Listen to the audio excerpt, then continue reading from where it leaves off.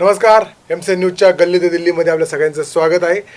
काल लोकसभेचे जे निकाल लागले आहे आणि आता देशात सरकार कुणाचं यावरती चर्चा सुरू आहे आणि सरकार बनवण्याची तयारी सुरू आहे. काल दिवसभर ज्या या सगळ्या निर्णयाचं विश्लेषण, निर्णयाचे निकालाचे फास्ट अपडेट आपण आपल्या MC न्यूजवर बघितले आणि माझ्यासोबत कालही होते आणि आजही आहेत असे MC न्यूजचे सल्लागार, संपादक, ज्येष्ठ राजकीय विश्लेषक संजयजी वरकड सर स्टुडिओत आहे. सर, आपलं स्वागत आहे. सर, प्रामुख्याने लोकसभेची निवडणूक पार पडली आहे आणि आता जवळपास काल जस्ट दिवसभर आपण म्हणतो हे कल हाती येत आहे, ते कल हाती येत आहे, ते एकूणच सगळ्या पार्ट्यांचा कल काय आता सगळा निकाल आणि अंदाजच हाती आलेला आहे. सगळं बघत असताना राज्याच्या लेवलला विश्लेषण करत असताना ही निवडणूक भाजपासाठी आणि महायुतीसाठी जरा कठीण अशी ठरली आणि त्याच्यावरती आज दिवसभर वेगवेगळ्या गोष्टींची चर्चा सुरू आहे आणि दिल्लीत जसं सत्ता स्थापनेचा विषय सुरू आहे की इंडिया कसं सत्ता स्थापन करणार, इंडिया करणार का, असं सगळं सुरू असताना महाराष्ट्रात जी चर्चा आहे ती भाजपाचं नेमकं काय चुकलं ह्या अनुषंगानं सुरू आहे. आणि आता भाजप किंवा महायुती असेल, कारण अजित पवारांना एक जागा वरती थांबावं लागलं आणि यांना भाजपला 2 डिजिटचा आकडा म्हणजे 9 जागा 10 सुद्धा त्यांना करता नाही आल्या. ही एक मोठी मुश्किल, कारण त्यांनी सुरुवातीला तर 45+ महायुती अशी घोषणा केली होती आणि त्यामुळं ती कालची जी आहे ती नामुष्की आज भाजपावरती म्हणजे देशामध्ये ज्या 2 ठिकाणी झालंय, एक तर त्यांना पहिला झटका मिळाला आहे तो उत्तर प्रदेश आणि दुसरा महाराष्ट्रामध्ये. तर कसं बघता?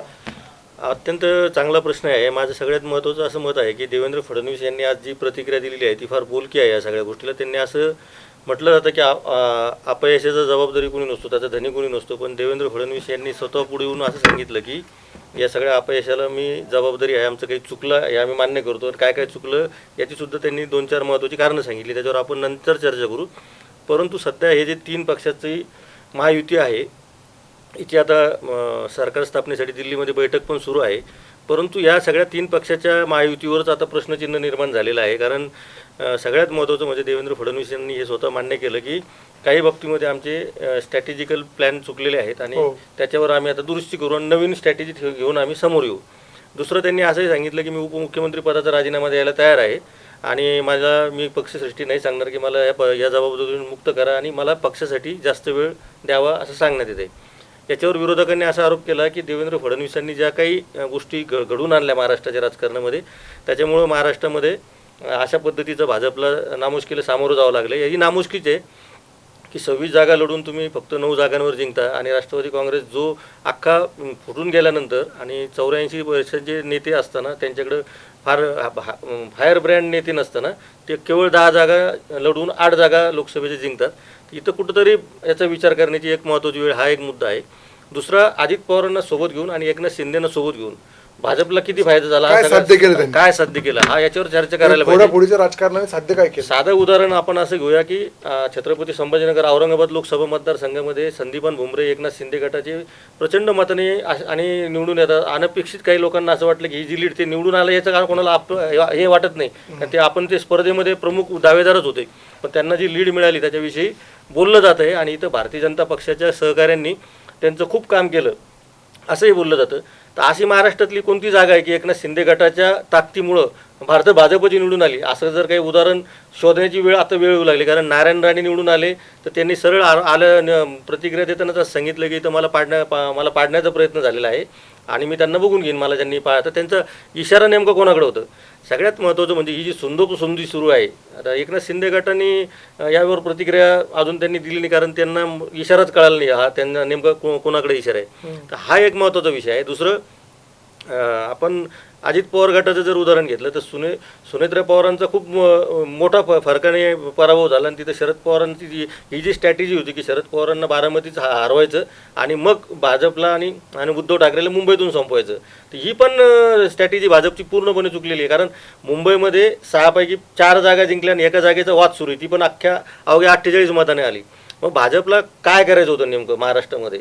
आणि ह्या दोन्ही पण गोष्टी आहे की बारामतीमध्ये शरद पवारांना पराभूत करायचे म्हणजे सुप्रिया सुळेंचा पराभव म्हणजे शरद पवारांचा बारामतीतला पराभव आणि उद्धव ठाकरे मुंबईमध्ये हारले म्हणजे भाजपनं उद्धव ठाकरेंवर मुंबईत मात केली. हे दोन्ही पण गणितं चुकले आणि या सगळ्या गोष्टीचं पालकत्व देवेंद्र फडणवीस घेतात. ही खूप चांगली गोष्ट आहे, कारण जनरली लोक आरोप करतात मग आपण हे करतो, पण आता त्याच्यावर विरोधक असा आरोप करतायत की त्यांच्यावर कारवाई होण्याची शक्यता असल्यामुळे ते स्वतःच आता राजीनामा देण्याची तयारी आहे.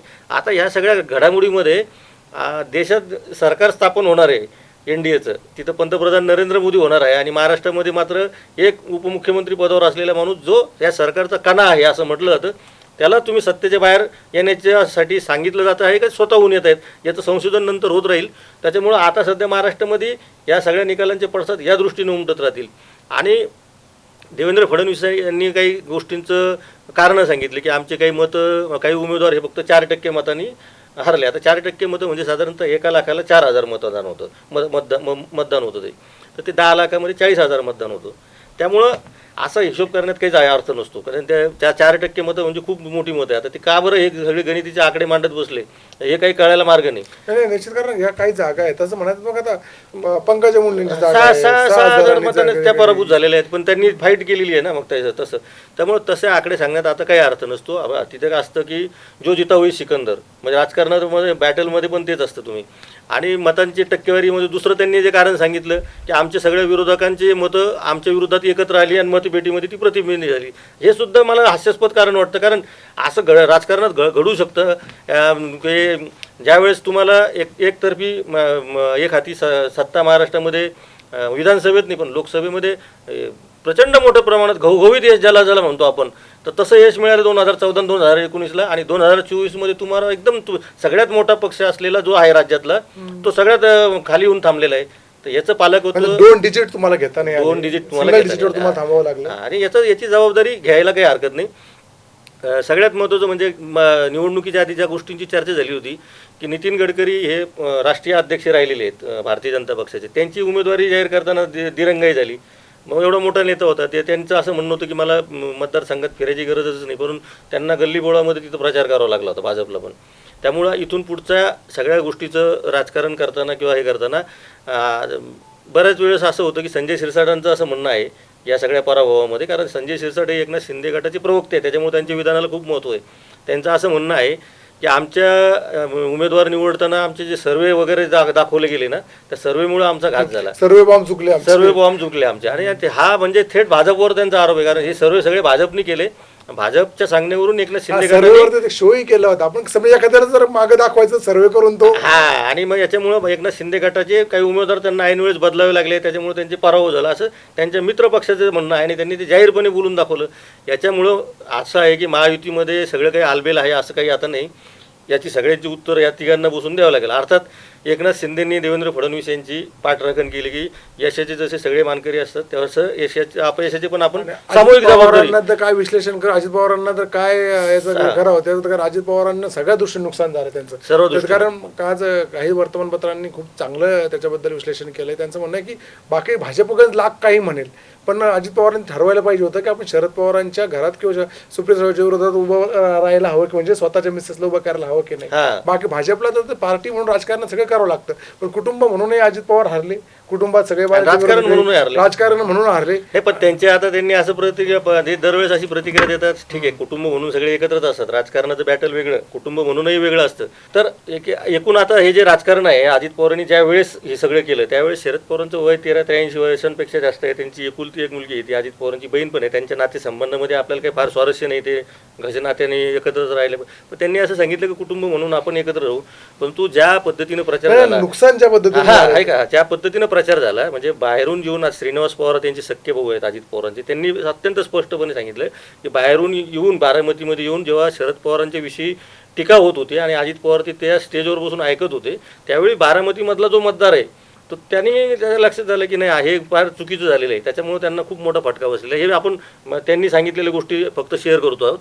त्यामुळं तुम्ही जसं म्हणतात मूळ मुद्दा तुमचा मूळ प्रश्न खूप महत्त्वाचा आहे की याच्यामध्ये अजित पवारांनी काय साध्य केलं. त्याच्यामुळे अजित पवारांनी काहीच साध्य केलेलं दिसत नाही. एक तर त्यांना 4 जागा म्हणजे आधी ते 26 जागा भाजपनी जाहीर करून टाकल्या होत्या. राहिलेल्या जागांमध्ये जे एकनाथ शिंदेचे खासदार होते त्या सगळ्या जागांवर त्यांचे उमेदवार लढणार हे पण जवळपास फिक्स होतं.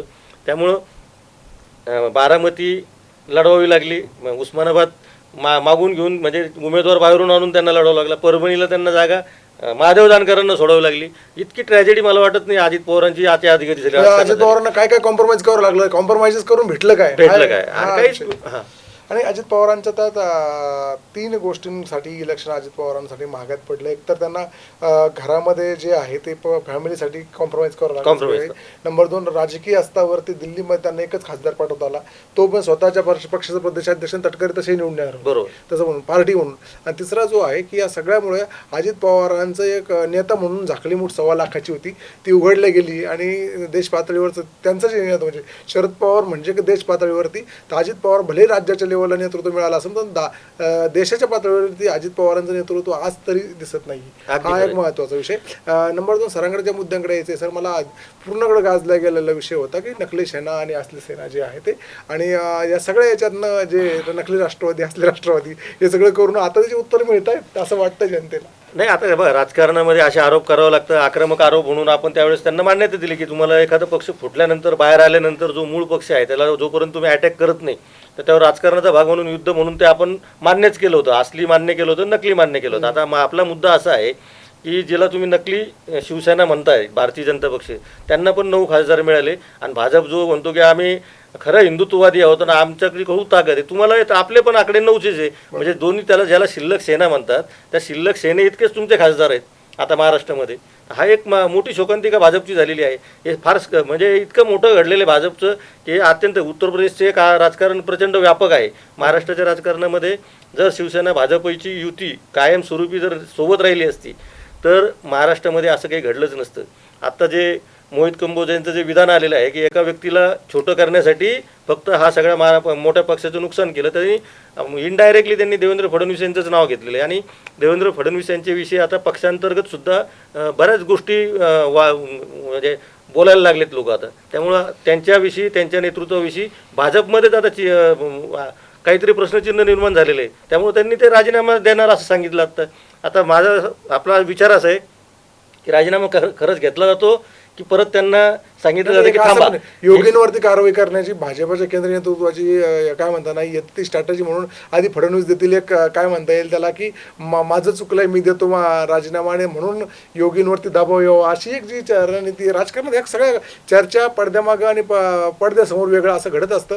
पण या सगळ्या एक गोष्ट अधोरेखित झालं की एवढा सगळा प्रपंच करून मिळालं काय यासाठीच केला होता का अट्टहास हा जो गोष्ट आहे तर तो त्या अर्थानं खूप काही असं साध्य करता आलेलं नाहीये. आणि महाराष्ट्रानं नेहमी म्हणता येईल की आपण कुठल्याही पार्टीचं कुठली भलावण करतोय कुठल्या पार्टीवर टीका करतोय ह्याचं होत नाही. पण महाराष्ट्राला तोडफोडीचं राजकारण आवडलं नाही. महाराष्ट्राला काय म्हणता येईल पार्ट्या तोडणं घराघरात लावलेली भांडणं आवडलेली नाही आणि ते अनेक घरामध्ये लावली गेलेली आहे.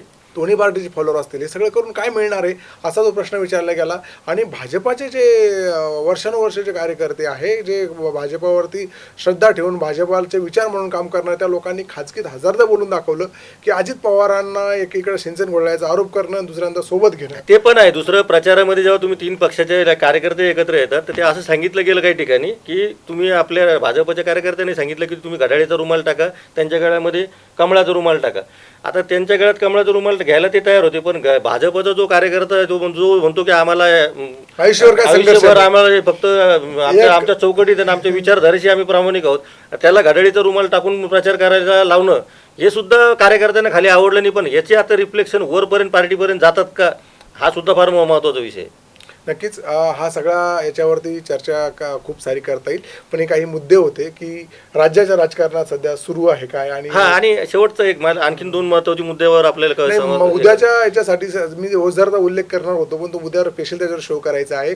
म्हणजे जरंगे फॅक्टर जो राज्यात चालला आहे कारण जरंगे फॅक्टर खूप मोठा आहे आणि त्याचे सगळ्या आपल्याला त्याच्यावर थोडंसं बोलायचं होतं पण आपण त्याच्यावर सविस्तर बोलू कारण त्याच्यामध्ये 4 मतदारसंघामध्ये खूप मोठा इफेक्ट झाला असं म्हणणं आहे लोकांचं. आणि त्याच्यावर आपण नेमका काय इफेक्ट झाला आणि जरांगेंनी पाडायचा अर्थ लोकांनी कसा घेतला आणि त्याचा म्हणजे जरांगेंनी काही न बोलता लोकांना कुठला मेसेज केला. बस ते जरांगे फॅक्टरवर आपण सविस्तर चर्चा उद्याच्या शो मध्ये नक्की करू. कारण इतरही प्रश्नावर जे भाजपच्या पराभवाची कारण आपण 2-3 दिवस अशी त्याच्यावर चर्चा करतो. जरांगे फॅक्टरवरती यासाठी बोलावं लागेल की 4 जिल्ह्यांचा प्रत्यक्ष निकाल त्यावर अवलंबून होता आणि एका ठिकाणी तर उमेदवार निवडून येतो आणि 2 ठिकाणचे उमेदवार पडतात जे आहे ते. आणि या सगळ्या गोष्टींनी खूप जरांगे फॅक्टरची चर्चा सगळीकडे सुरू आहे. आज सगळ्या वर्तमानपत्र आपण उचकली असेल किंवा चाळली असेल, वाचली असतील, तर त्यामध्ये जरांगे फॅक्टरचा खूप आवर्जून उल्लेख केलेला सगळीकडेच केलेला आहे. आहे. आणि त्या सगळीचे आणि त्यांनी पण मान्य केलं, पण त्याच्यावर आपण त्याची नेमकं कारण काय झाली, नेमकं काय अंडर करंट काय होते, त्याच्यावर आपण आणि उद्याच्या शो मध्ये नक्की चर्चा करू. नक्कीच करू. आणि ज्या ह्या 9च्या 9 लोकसभा मतदारसंघाच्या याच्यावरती पण नेमकं राजकारण कसं घडलं, आता काय आणि भविष्यात काय, याच्यावरती चर्चा करू. ही गल्ली ते दिल्ली मालिका आपली जी आहे ती आणखी पुढे काही दिवस तुम्हाला जोपर्यंत आवडते तोपर्यंत आपण सुरू ठेवतोय. आणि काल तुम्ही जे भरभरून प्रेम दिलं, लाखो प्रेक्षकांनी आम्हाला डोक्यावर घेतलं त्याबद्दल, आणि या शोलाही खूप साऱ्याला व्ह्यूज मिळत आहेत, त्याबद्दल आम्ही सगळ्यांचे सर्वांचे आभारी आहोत चॅनलतर्फे. आणि तुम्हाला अजून आम्ही या शोमध्ये कसली चर्चा केली पाहिजे, कुठल्या मुद्द्यांना घेऊन बोललं पाहिजे, आणि जे विजयी उमेदवार आहेत त्यांच्याशी तर ते सगळे बोलतात, पराभूत उमेदवारांबद्दल आम्ही त्यांच्यासोबत चर्चा करणार आहोत आणि त्यांची काय मतं आहेत, त्यांचं काय चुकलं हे जाणून घेण्यासाठी परत या शोमध्ये भेटत राहणार आहोत. नमस्कार.